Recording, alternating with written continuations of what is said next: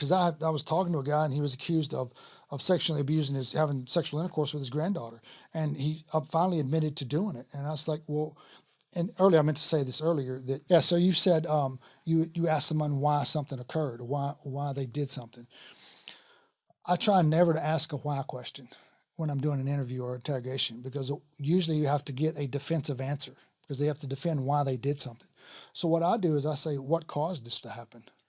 It's the same question, but it gives them an opportunity to blame somebody else. So this guy was talking about having sexual intercourse with his granddaughter, and which he admitted that he did. And I said, well, what caused that to happen?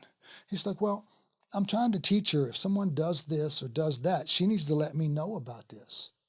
And that was his excuse for, which is fine. I'm not agreeing with what he did. I'm saying, but the reason he told me that was fine because I just want him to tell me the information. Right. I don't care why he did it. I'm not too concerned about his intent. They can figure all that out in court. I just want him to tell me he did it. Right. And how many times he did it. So if he says, yeah, I did it for sex education. So later on in life, if everyone ever did this specific thing to her, she could let somebody know. It sounds like to me you're just being a good helper. There we go, and that's it. You respond. You respond instead of react. And and you want to reach over and just choke this guy. And I was like, but you can't. Like David said, you can't. You gotta, So you're just trying to educate her, protect her in some way.